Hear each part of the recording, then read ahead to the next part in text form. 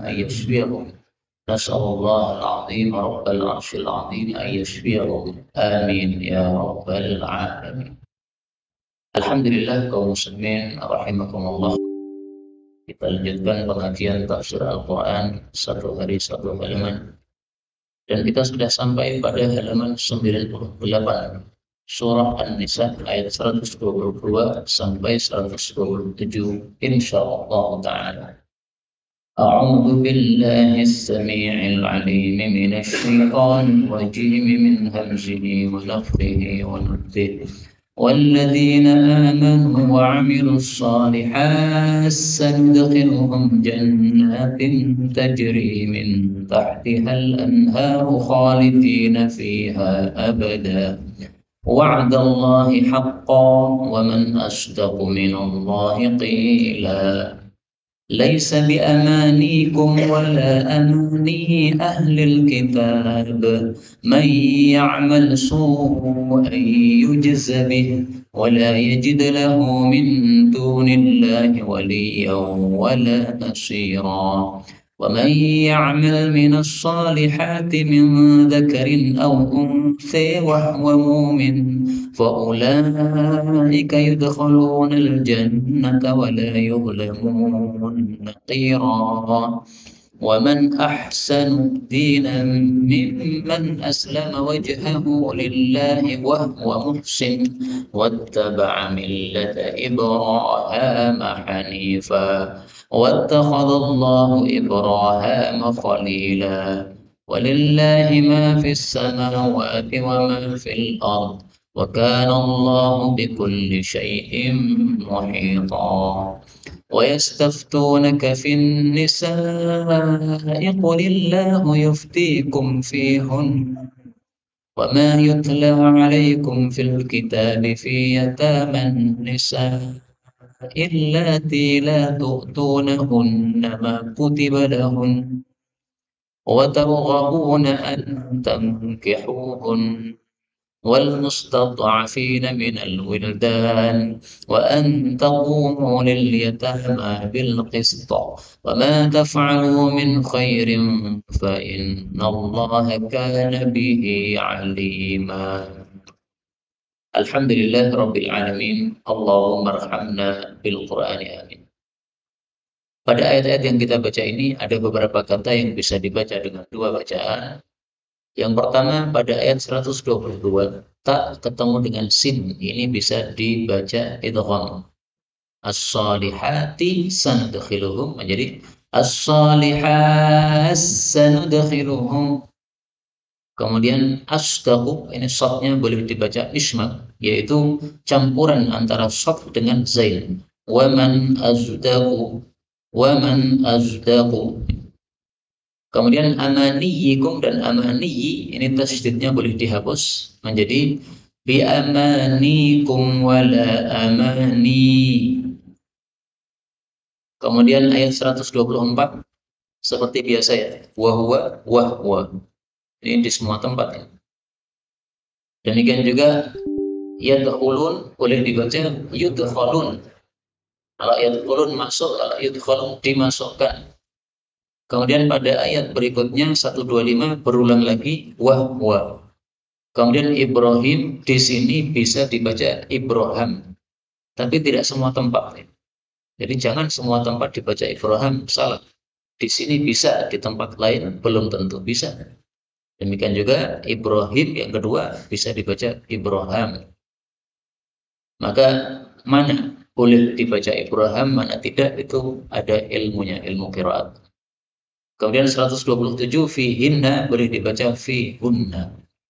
Dan ini semuanya adalah qiraat mutawatirah yang sumbernya dari Rasulullah sallallahu alaihi wasallam.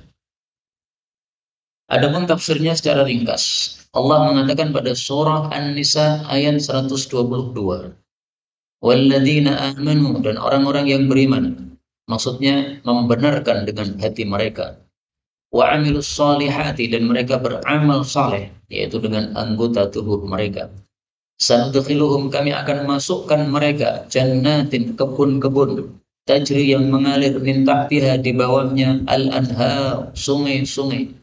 khalidina mereka kekal fiha di dalam jannah abadan abadi. Wa'dallahi sebagai janji dari Allah, haqqan yang benar. Wa man asdaqu dan siapakah yang lebih jujur minallahi daripada Allah. Qila akan perkataannya, tidak ada yang lebih jujur daripada Allah. Ayat ini menunjukkan bahwasanya Allah Subhanahu wa taala menjanjikan orang-orang yang beriman dan beramal saleh akan dimasukkan ke dalam jannah nanti di akhirat. Maka ayat ini termasuk ayat-ayat masani. Karena sebelumnya pada ayat 121 Allah bicara tentang orang-orang kafir yang mereka ma'wahum jahannam, tempat tinggalnya di neraka jahannam. Nah, setelah bicara tentang jahannam lalu bicara tentang jannah, ini berkebalikan seperti ini disebut ayat-ayat apa? Mathani, ya, yang disebutkan dalam surat Az-Zumar, kitaban mutasyabihan mathani. Kemudian dari ayat ini kita ambil pelajaran bahwasanya yang bisa masuk jannah syaratnya hanyalah haruslah aman, orang-orang yang beriman. Maka siapapun kafir tidak bakal masuk surga. Yahudi, Nasrani, Hindu, Buddha, apapun juga tidak akan bisa masuk surga. Surga khusus bagi orang-orang beriman. Nabi SAW bersabda, "La yadkhulul jannata illa nafsum muslimah." Tidak akan masuk ke dalam jannah kecuali jiwa yang beriman atau Islam. Hadis ini riwayat Tirmidzi sahih. Bahkan juga riwayat Bukhari Muslim. Kemudian jannah menunjukkan bahwa surga tidak hanya satu, dan kita berdoa kepada Allah mudah-mudahan kita diberi surga yang tingkatnya tinggi. Amin ya rabbal alamin. Demikian juga al-anhar, sungai-sungai, menunjukkan bahwa sungainya bermacam-macam dan perinciannya disebutkan pada surah Muhammad. Allah Subhanahu wa taala menyebutkan anharum min ma'in ghairi asin, airnya tidak berubah, anharum min labanin lam yataghayyar ta'mu, air apa, sungai susu, wa anharum min khamrin ladzatin lisyaribin, sungai miras tapi mirasnya yang lezat tidak memabukkan, wa anharum min asalin musaffa, sungai madu. Jadi ada ma'in ghairi asin, labanin, khamrin, asalin, berarti ada 4. Di dunia hanya ada satu sungai, sungai air. Nggak ada sungai susu, nggak ada. Dan ini rahmat Allah untuk manusia. Karena kalau ada sungai susu, penjual susu tidak bakal laku semuanya. Tapi nggak ada sungai susu, maka penjual susu pada laku. Kemudian wa'dallahi haqqa, janji Allah benar. Artinya Allah kalau menjanjikan masuk jannah, masuk surga, pasti ditepati. Tidak mungkin Allah itu menyelisih janji. Karena menyelisih janji itu sifat yang buruk. Dan Allah itu mempunyai sifat-sifat mulia, tidak memiliki sifat-sifat yang buruk. Sebagaimana disebutkan di dalam surah Ar-Rum ayat 27. Walahul mathalul a'la. Dan hanya bagi Allah sifat-sifat yang tertinggi. Maka Allah itu sifatnya semuanya bagus, tidak ada yang buruk. Kemudian waman asdaqu minallahi qila, ini bentuknya pertanyaan tetapi maksudnya penegasan. Siapa yang lebih jujur perkataannya daripada Allah? Maksudnya penegasan, tidak ada yang lebih jujur perkataannya daripada Allah. Artinya kalau Allah sudah menjanjikan surga pasti benar. Dan perkataan ini semakna dengan sabda Nabi SAW. Beliau mengatakan asdaqal hadithi kitabullah. Beliau kalau ceramah, beliau mengatakan amma ba'du fa inna asdaqal hadith. Sesungguhnya perkataan yang paling jujur adalah kitabullah, yaitu Al-Quran. Hadis riwayat Muslim dari Jabir sahih. Maka tidak ada yang lebih jujur daripada Allah Subhanahu wa taala. Kemudian ayat 123 Allah mengatakan laisa, bukanlah bi amanikum, dengan angan-angan kalian, wala amani, tidak pula angan-angan ahli kitab, ahli kitab. May ya'mal, siapapun yang beramal su'an, buruk, yujzabih, dia akan dibalas dengan keburukan tadi. Wala yajid lahu, dan dia tidak akan mendapati untuk dirinya min dunillahi, selain Allah, waliyan, pengurus, wala nasira, tidak pula penolong. Laisa bi amaniyakum, bukanlah dengan angan-angan kalian. Maksudnya gimana? Maksudnya selamat dari neraka dan masuk surga yang disebutkan pada ayat sebelumnya tadi itu bukan dengan angan-angan. Kalau cuma dengan angan-angan semua orang bisa mengangan-angankan. Amani ini bisa diartikan angan-angan, bisa juga diartikan dakwaan. Masuk surga selamat dari neraka itu tidak hanya dengan dakwaan. Kalau cuma dakwaan semua orang bisa mendakwa. Yang Muslim mengatakan kami masuk surga. Yahudi juga mengatakan kami yang masuk surga. Nasrani juga mengatakan kami yang masuk surga. Semuanya mendakwakan. Tapi kata Allah Subhanahu wa taala, masuk surga dan selamat dari neraka itu bukan dengan angan-angan kalian maupun angan-angan ahli kitab, tetapi dengan amal kepada Allah Subhanahu wa taala. Yaitu yang sudah disebutkan pada ayat sebelumnya tadi. Wa amilus solihati sanudkhiluhum jannah. Masuk surga itu kuncinya dengan amal. Kalau tidak punya amal tidak akan masuk surga. Amal apa? Ya amal soleh. Nah, amal soleh itu yang bagaimana? Nanti akan disebutkan pada ayat setelahnya apa itu definisi amal soleh. Amal soleh adalah amal yang diterima oleh Allah. Amal soleh harus memenuhi dua syarat. Kalau tidak ada dua syarat ini, maka tidak diterima oleh Allah Subhanahu wa taala. Akan dijelaskan nanti pada ayat berikutnya. Nah, kata-kata ini wala amani ahli kitab, bukan dengan angan-angan ahli kitab. Ini karena ahli kitab mereka punya angan-angan tinggi, tapi angan-angan bohong. Mereka mengatakan, nahnu abna'ullahi wa ahibba'u. Surat Al-Maidah ayat 18. Wa qalatil yahud, Yahudi mengatakan, wa nasara, Nasrani mengatakan, nahnu abna'ullah, kami ini putra-putra Allah, wa ahibba'u, dan juga kekasih-kekasih Allah. Maksudnya kami pasti masuk surga karena kami kekasih Allah, tidak bakal masuk neraka.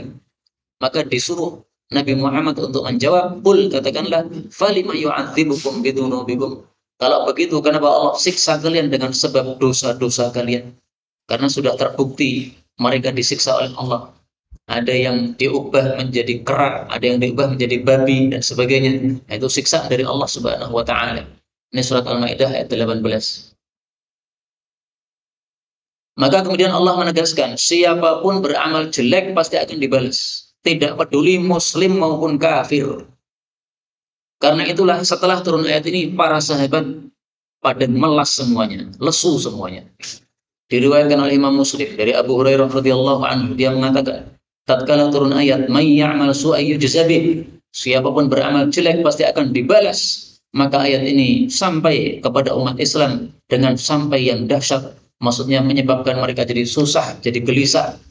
Maka Rasulullah SAW mengatakan, qaribu wasaddidu, ya. Mendekatlah, yaitu mendekatlah dengan amal Nabi. Saddidu, luruslah, yaitu dalam beramal. Fa fi kulli ma yusabu bihil muslim, setiap musibah yang diderita oleh orang muslim, kafarah, itu menghapus dosa. Sampai ada duri mengenai kita, ya, duri masuk ke apa? Kulit kita, kemudian terasa perih, nah itu sudah menggugurkan dosa. Maka meskipun di sini ada penegasan dari Allah, siapapun beramal jelek pasti akan dibalas, tapi orang-orang yang beriman, Allah Subhanahu wa taala seringkali menggugurkan dosa-dosanya. Ketika kita berwudu, maka ini menggugurkan dosa-dosa anggota tubuh kita. Ketika kita salat ruku, ini dosa-dosanya gugur. Ketika sujud, dosa-dosanya gugur. Melangkahkan kaki dari rumah ke masjid, dosa-dosanya gugur. Maka Masya Allah, ya, ini rahmat Allah. Seandainya tidak diberi rahmat seperti itu, maka mayya'mal su'a yujza bih, kita pasti binasa, pasti. Karena semua kita pasti beramal jelek, beramal buruk. Yang dimaksud yujza bih, dibalas ini bisa di dunia, bisa di akhirat. Tapi tadi, untuk orang-orang beriman, Allah kasih rahmat sehingga seringkali balasannya diberikan di dunia berupa musibah-musibah. Baik itu musibah kecil maupun musibah besar. Kalau musibah kecil ya menghapuskan dosa-dosa kecil. Nah, musibah besar bisa menghapuskan dosa yang lebih besar lagi. Karena itu janganlah suudzon kepada Allah. Kalau kita mendapatkan musibah, hendaklah kita husnudzon, bersangka baik bahwasanya Allah ingin menggugurkan dosa-dosa kita. Sebagaimana sabda Nabi, "May yuridillahu bihi khairan," siapapun Allah kehendaki baik, yusib minhu, dikasih musibah. Hadis riwayat Bukhari. Makanya jangan heran Fir'aun katanya tidak pernah pusing, tidak pernah batuk, tidak pernah demam. Itu supaya dosanya numpuk total sempurna. Maka kalau orang mukmin kadang-kadang sakit, kadang-kadang batuk, setiap tahun pasti ada sakit yang kita alami. Itu untuk menggugurkan dosa-dosa kita. Kemudian Allah mengatakan, "Wa may ya'mal minas shalihat." Siapapun yang beramal saleh, min dzakarin baik laki-laki, au untha atau perempuan, wa huwa mu'min dan dia beriman kepada Allah, fa ulaika maka mereka itu yudkhalunal jannah, dimasukkan ke dalam jannah, atau yadkhulunal jannah, masuk ke dalam jannah. Wala yuzlamuna dan mereka tidak dizalimi naqira sedikit pun. Kaum muslimin rahimani wa rahimakumullah. Ayat ini menghasung kita untuk beramal soleh. Dan Allah itu adil, tidak pernah zalim. Maka di dalam Islam laki-laki dan perempuan ini disamakan. Laki-laki sholat dapat pahala, perempuan sholat dapat pahala. Hukum Islam secara umum laki dan perempuan adalah sama. Kalaupun ada perbedaan itu pada bab-bab tertentu. Tapi secara umumnya sama. Laki-laki wajib sholat, perempuan wajib sholat. Laki-laki wajib zakat, perempuan juga wajib zakat. Makanya di sini disebutkan dzakarin au untha, laki perempuan sama. Itulah sebabnya Rasul Shallallahu Alaihi Wasallam mengatakan dalam hadis yang sahih, innaman nisa'u syaqaiqur rijal. Tiada lain wanita adalah saudari kandung laki-laki. Maksudnya hukumnya disamakan dalam Islam ini. Hadis riwayat Abu Dawud. Kemudian hadis ayat ini menunjukkan bahwa syarat masuk surga adalah mu'min, orang beriman. Tadi sudah kita bahas. Kemudian kata-kata naqira, ini saya artikan tadi sedikit, tapi sebenarnya ada 3 kata di dalam Al-Quran yang artinya itu bukan sedikit, tetapi maksudnya sedikit. 3 kata adalah naqir. Itu arti asalnya adalah satu titik pada punggung atau di luar biji kurma. Biji kurma kalau kita perhatikan nanti ada satu titik di situ. Itu sangat kecil sekali titiknya. Demikian juga ada kata-kata fatil di dalam Al-Quran diartikan sedikit, padahal arti asalnya adalah satu garis yang ada pada belahan kurma, biji kurma. Ya, biji kurma kan ada belahannya itu. Nah, itu di belahannya itu pasti ada garisnya itu. Ada apa namanya? Talinya, ya, tali yang bisa ditarik. Kemudian kata-kata kitmir di dalam Al-Quran diartikan sedikit, tapi sebenarnya arti asalnya adalah kulit tipis yang menutupi biji kurma. Nah, ini 3 kata semuanya bermakna sedikit, tapi sebenarnya punya makna-makna tersendiri. Tapi orang Arab menggunakan kata-kata itu untuk menunjukkan sedikit. Seperti kalau orang Indonesia mengatakan kecil saupil. Nah, kata-kata saupil itu untuk menunjukkan kecilnya. Meskipun tidak harus kecilnya betul-betul saupil. Ada orang mengatakan salah kok larang, saupil-upil padahal. Nah, itu bukan berarti salahnya saupil, tidak mungkin. Dan tidak mungkin ada upil salah, itu nggak mungkin. Itu dahsyat itu. Atau upilnya dajjal, wallahu a'lam. Nah, ini nakira itu seperti itu terjemahnya. Untuk mempermudah diartikan sedikit. Wala yuzlamuna nakira, tidak dizalimi sedikit pun oleh Allah Subhanahu wa ta'ala. Kemudian Allah mengatakan, waman dan siapakah ahsanu yang lebih bagus dinan agamanya, mimman daripada orang yang aslama wajhahu memasrahkan wajahnya, maksudnya dirinya, lillahi kepada Allah. Wahwa dan dia itu muhsin berbuat baik, wattaba'a dan mengikuti millata Ibrahim, agama Nabi Ibrahim yaitu Islam, hanifa yang beliau itu hanif, yaitu cenderung dari kesyirikan alias meninggalkan kesyirikan. Wattakhadallahu dan Allah telah menjadikan Ibrahim, Nabi Ibrahim khalila sebagai kekasih. Inilah ayat yang membicarakan tentang amal soleh. Tadi sudah disebutkan amal soleh pada ayat sebelumnya. Amal soleh itu apa? Amal soleh adalah aslama wajhahu lillah. Orang yang memasrahkan dirinya kepada Allah, maksudnya adalah beramal dengan ikhlas, sholat dengan ikhlas, sedekah ikhlas, baca Quran ikhlas, zikir ikhlas. Ikhlas itu Pak, cari pahala. Ini syarat yang pertama, harus ikhlas. Syarat yang kedua harus muhsin, harus berbuat baik. Maksudnya adalah amalnya sesuai ajaran Nabi. Jadi 2 syarat amal soleh adalah 1, ikhlas, Dua, sesuai ajaran Nabi. Ikhlas ini berkaitan dengan batin, dengan hati. Sesuai ajaran Nabi ini berkaitan dengan zahir. Kalau ada orang sholatnya sudah sesuai ajaran Nabi, tapi hatinya tidak ikhlas, itu berarti munafik, bukan amal saleh. Atau sebaliknya, ada orang hatinya ikhlas, niatnya ikhlas, tapi sholatnya tidak sesuai ajaran Nabi. Ini orang sesat, tidak diterima amalnya. Munafik tidak diterima amalnya, sesat juga tidak diterima amalnya. Ada orang sholat setiap rakaat maju satu langkah, tambah lagi satu rakaat maju meneh. Jadi mindahkan sajadahnya terus sampai 4 kali kalau 4 rakaat. Katanya di Jakarta. Nah, itu kalau orang gila ya sudah nggak usah dibahas. Tapi kalau itu meyakini bahwa itu adalah cara sholat yang benar, itu amalnya tidak diterima. Maka dua syarat ini harus dilakukan di dalam setiap amal yang kita lakukan. Satu, harus aslama, yaitu ikhlas. Yang kedua, harus muhsin, yaitu sesuai dengan ajaran Rasulullah SAW. Kemudian, man ahsanu dinan, siapakah yang lebih bagus agamanya daripada orang yang disebutkan dalam ayat ini? Nah, orang yang disebutkan dalam ayat ini siapa mereka? Mereka adalah Nabi Muhammad sallallahu alaihi wasallam dan para umat beliau. Sebagaimana disebutkan di dalam ayat yang lain, Allah Subhanahu wa taala mengatakan, Inna awlan nasi bi Ibrahim, sesungguhnya orang yang paling dekat terhadap Nabi Ibrahim adalah orang-orang yang mengikuti beliau, wa hadan nabi, dan Nabi Muhammad ini, walladzina amanu, dan orang-orang beriman, yaitu umat Nabi Muhammad sallallahu alaihi wasallam. Kemudian kalimat ini, Allah menjadikan Nabi Ibrahim sebagai kekasih. Ini hasungan untuk kita mengikuti beliau. Kalau pengen menjadi kekasih Allah, ikuti Nabi Ibrahim alaihissalatu wassalam. Nah, sekarang kenapa Nabi Ibrahim kok dijadikan oleh Allah sebagai kekasihnya? Tiada lain karena beliau itu total taat kepada Allah. Suruh menyembelih anaknya, sembelih anaknya. Suruh meninggalkan istrinya di tengah padang pasir, tidak ada makanan, tidak ada minuman, tinggalkan istrinya. Padahal istrinya masih gendong bayi. Ini kalau kita yang disuruh, mungkin kita tanda tanya, iya Allah ini. Tapi Nabi Ibrahim nggak perlu tanda tanya. Pokoknya yang perintah Allah udah Bismillah, letak. Meskipun hati beliau mungkin merasa kasihan istri saya di tengah padang pasir. Tapi yakin ini perintah Allah pasti benar.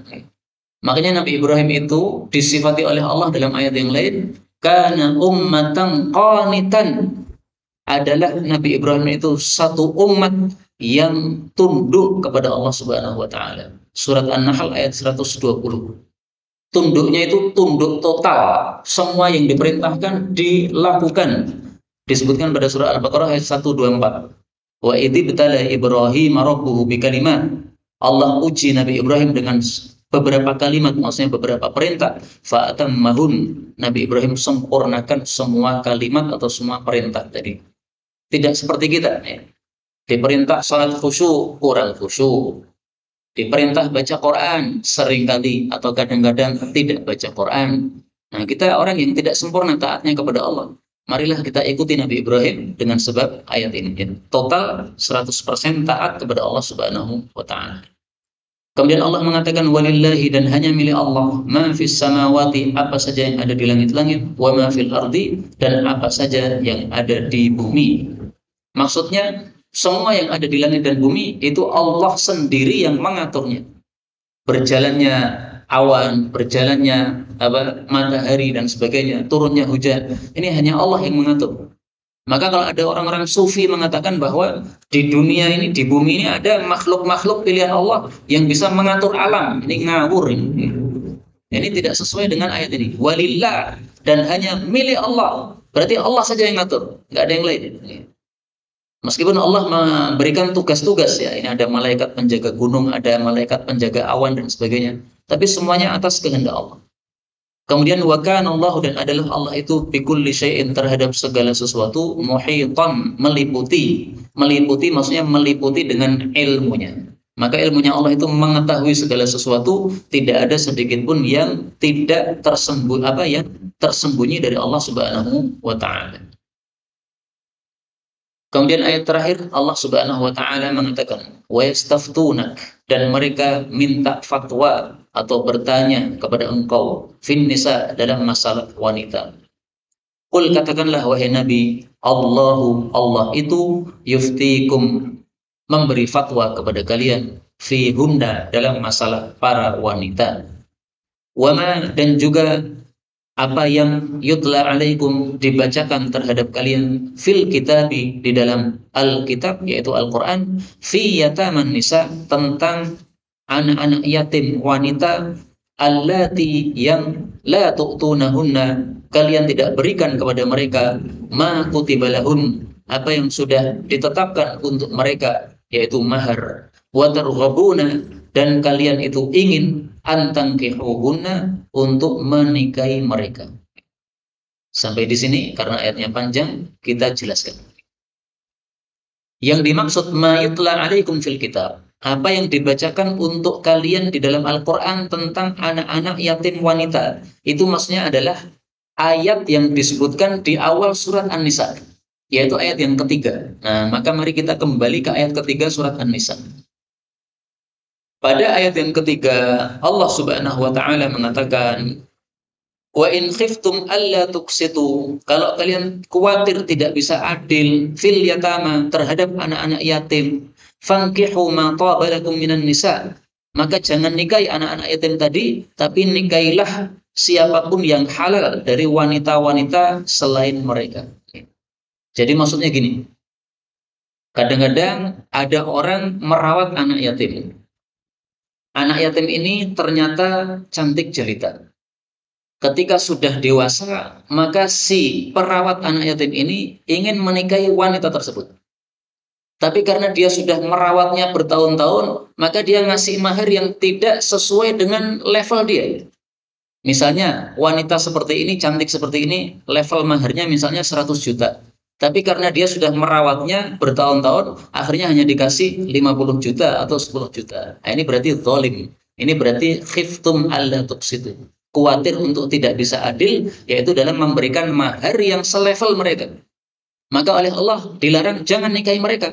Nikahi yang lain saja yang halal. Perempuan kan banyak, tidak harus menikahi anak yatim tadi. Nah, itulah yang dimaksud pada wa ma yutla alaikum fil kitabi, yaitu surat An-Nisa ayat yang ketiga. Maka yang dimaksud di sini, la tu'tunahunna ma kutiba lahun, kalian tidak berikan kepada mereka apa yang sudah ditetapkan untuk mereka, itu maksudnya tadi mahar yang sewajarnya. Wajarnya maharnya berapa? 100 juta. Kenapa kamu berikan 50 juta? Zalim kayak begini. Maka kalau adatnya mahar itu 100 juta, ya berikan yang setimpal atau yang apa? Yang sewajarnya. Alhamdulillah kita hidup di Solo, ya. Apa namanya? Maharnya murah-murah. Seperangkat alat sholat, mushaf, Quran, sudah dapat seorang perempuan. Ya. Maka sebenarnya di Solo ini mau menikah 4 itu sebenarnya gampang. Ya. Cuman orang-orang Solo pada nggak berani. Baik, kembali ke sini. Wal mustad'afin, dan tentang anak-anak yang dilemahkan, minal wildan, dari kalangan anak-anak kecil. Ini maksudnya adalah kondisi jahiliyah yang dihapus adat mereka oleh Allah. Apa kondisi jahiliyah? Kalau ada orang mati meninggalkan anak kecil, anak kecil ini tidak dikasih warisan sama sekali. Mereka mengatakan yang berhak mendapatkan warisan harus memenuhi 2 syarat. 1 harus laki-laki, 2 harus dewasa. Berarti perempuan meskipun dewasa nggak dapat warisan. Laki-laki kalau masih kecil belum balik tidak dapat warisan. Itulah yang dimaksud al-mustad'afina minal wildan. Anak-anak kecil yang dilemahkan sehingga mereka tidak diberi jatah warisan. Ini Allah akan berikan fatwa, tidak boleh zalim seperti itu. Maka harus diberikan warisan meskipun mereka masih kecil, sebagaimana sudah disebutkan pada ayat sebelumnya, surat An-Nisa ayat 11-12. Kemudian Allah mengatakan, wa antaqumu, dan hendaklah kalian itu mengurusi lil yatama, anak-anak yatim, bil qista, dengan keadilan. Jadi kalau mengurusi anak yatim wajib adil, tidak boleh mencaplok hartanya anak yatim. Boleh memakan hartanya anak yatim sesuai dengan pekerjaan dia mengurusi anak yatim, kalau memang dia perlu memakannya. Jadi ada orang yang merawat anak yatim, tapi dia sendiri miskin. Dia perlu mengambil berasnya anak yatim karena dia mengurusinya, gak ada masalah. Tidak harus mengganti nantinya. Meskipun ini masalah khilafiyah. Kalau menurut Sayyidina Umar, itu dia harus mengganti nanti kalau sudah selesai. Jadi mengurusi anak yatim sampai apa? Sampai dewasa. Nah, setelah itu ketika mengurusi dulu memakan nasinya atau berasnya anak yatim, maka nanti kalau sudah selesai mengurusi anak yatim harus diganti. Kamu dulu memakan berasnya anak yatim berapa? Habisnya berapa selama mengurusi mereka itu? Habis 10 juta, bayar 10 juta kepada mereka. Tapi pendapat yang saya pilih adalah berdasarkan zahir ayat tidak harus mengganti kalau memang dia orang yang miskin tadinya. Kemudian Allah mengatakan, "Wa ma taf'alu min khair," apapun yang kalian lakukan dari kebaikan, fa innallaha, maka sesungguhnya Allah, kana adalah bihi terhadapnya, alima, maha mengetahui. Ini kalimatnya bentuknya berita, tetapi maksudnya hasungan. Mari beramal yang baik, mari memperbanyak kebaikan. Kenapa? Karena kebaikanmu semuanya diketahui oleh Allah Subhanahu wa taala, alias akan dibalas oleh Allah dengan balasan yang setimpal. Karena itu kaum muslimin rahimani wa rahimakumullah, mumpung ini masih ada kesempatan kita bulan Sya'ban, di mana bulan Sya'ban adalah bulan diangkatnya amal kita kepada Allah, mari kita perbanyak amal baik. Sya'ban baina Rajab wa syahri Ramadan. Kata Nabi, bulan Sya'ban itu antara Rajab dengan Ramadan. Taghfulun nasu anhu, orang-orang lalai dari bulan Sya'ban, bahwa dia bulan yang istimewa. Turfa'u fihi amalul ibad, padahal diangkat padanya amal-amal hamba. Fa'uhibbu an la yurfa'a amali, maka saya senang ketika diangkat amal saya, illa wa ana sha'im, dalam kondisi saya sedang puasa. Maka Nabi memperbanyak puasa pada bulan Sya'ban. Nah, kalau kita bisa seperti Nabi perbanyak puasa, perbanyak. Kalau tidak bisa karena kita bukan ahli puasa, maka kita ganti dengan amal-amal soleh yang lain. Baca Quran, zikir, wirid, ya sedekah dan sebagainya. Apapun amal kebaikan kita perbanyak, terutama pada bulan Sya'ban ini. Ini hadis riwayat Baihaqi dalam Sya'bul Iman, derajatnya hasan. Dan terakhir sebagai penutup, kita berdoa kepada Allah Subhanahu wa taala. Mudah-mudahan kita selalu diberi taufik oleh Allah untuk melakukan amal-amal yang saleh, dan Allah menerima amal saleh kita sampai kita mendapatkan husnul khatimah. Amin ya rabbal alamin. Walhamdulillahi rabbil alamin. Ada pembahasan?